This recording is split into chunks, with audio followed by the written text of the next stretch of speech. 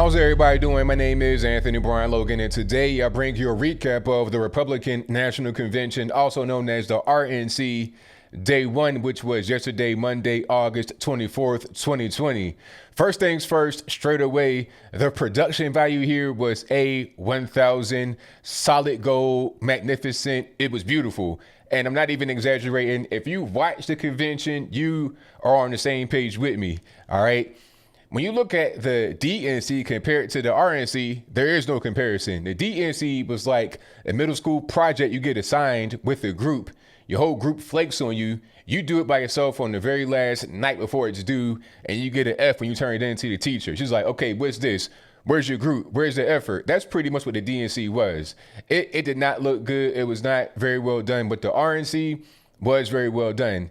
Yeah, I'm conservative, obviously, but I can appreciate good production value when I see it. The DNC didn't have it, the RNC did, but I'll move right along. The convention was held in Charlotte, but also DC to a certain extent, and I'll explain.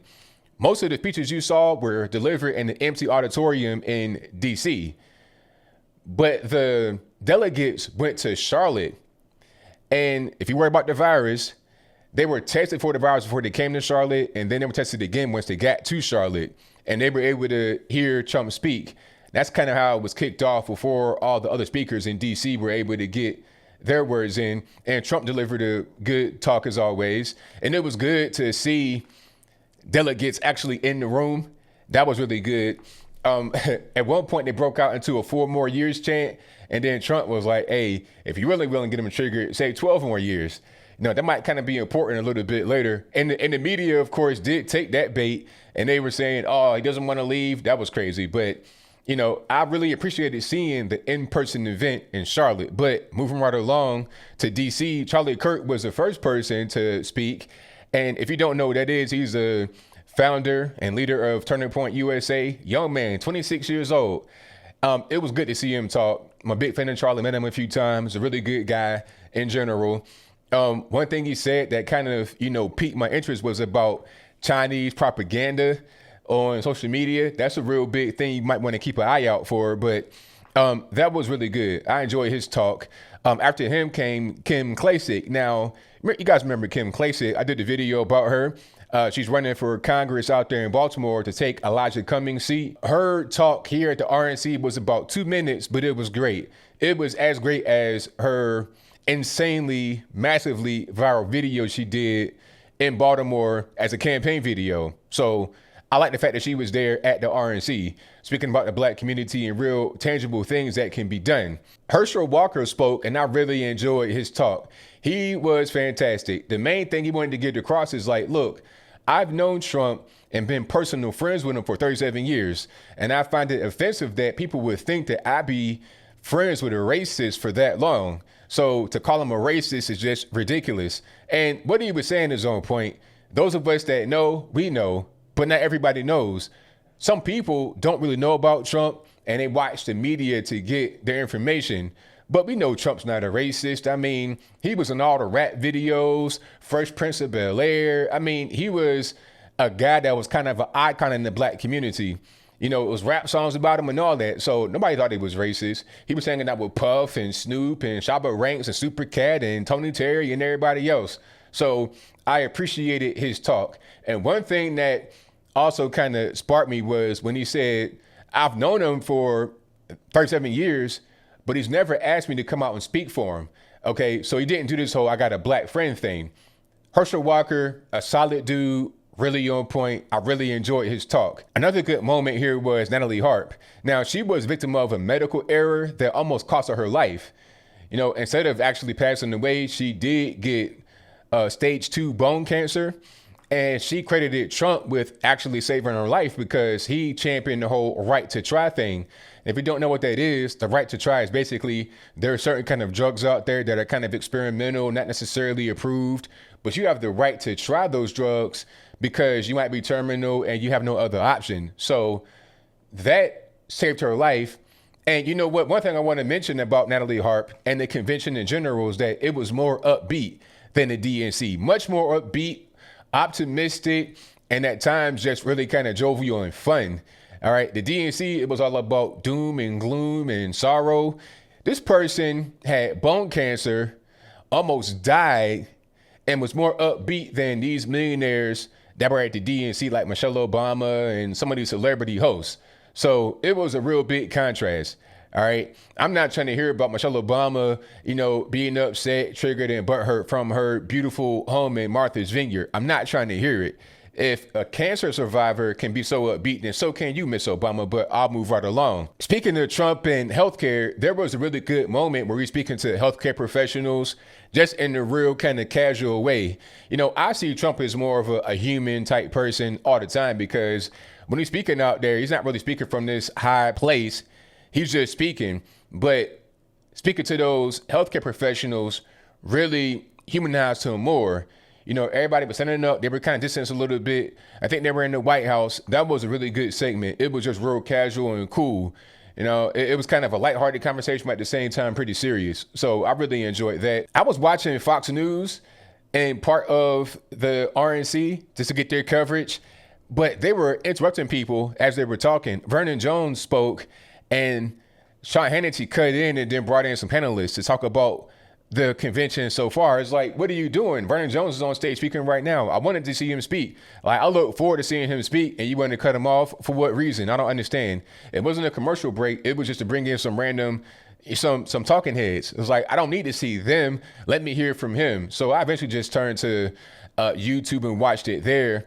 But yeah, that was really weird. I mean, they kept cutting and interrupting. I don't understand what the whole point of that was. But anyway, Vernon Jones did speak. And if you don't know who he is, I did a video about him a while ago. He's the former Democratic House rep in Georgia that supports Donald Trump.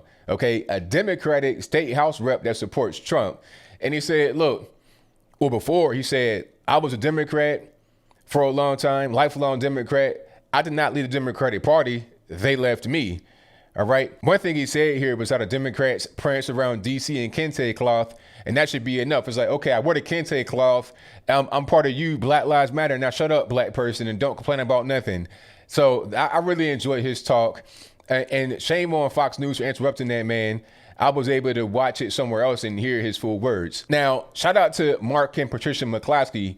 I did a video about them, the couple out there in St. Louis, the based couple that had their guns protecting their home when the BLM and Antifa mob busted their private community and threatened them on their private property. They spoke at the RNC, and one thing they said was, you got to keep an eye on what's happening in the streets. They're not just out here looting and shooting and carrying on. They're doing that, of course, obviously, but they're doing much more than that. One person that was in front of the home with a bullhorn actually won a local election, and she's going to be a House rep. I'm not sure if it's going to be State House or Big House like, Washington, D.C., but this person will be in power. So these Marxists and communists out there in the street, don't take them for just nothing or for granted. They may actually be in power. So you got to fight against that and be vigilant in your vote. Now, shout out to Kim Guilford. I'm a big fan of hers. I've met her briefly one time when I was in Miami. I think she's a great person, excellent person, but her speech was wild. A great speech, great content of the speech, a lot of great remarks, but just the delivery and the booming voice might have been a little bit much for that particular environment. Because if you're like in a big place with like 10,000 people, like at a rally, it works perfect because everybody's, pumped up and excited. But for that particular atmosphere, it might have been a little much. So you're going to see the media talk about that a lot. And also talk about, Puerto Rico, and I'm an immigrant from there. They talk about that too. But they'll focus on some of the other stuff, the smaller stuff, and not even hear what she was talking about as far as being an American and patriotism and really loving the country. And speaking about loving the country, Maxi Alvarez, oh my goodness, man, his talk will bring a tear to your eye, or you might just start busting out crying. His talk was great. Now, Maxi Alvarez came from Cuba and immigrated to America, started a business, become very successful. And he has spoken about before, I think in a pretty much viral video, how communism is starting to creep in here to America, and he doesn't want to see what he escaped from in Cuba come here to America and infect us. All right.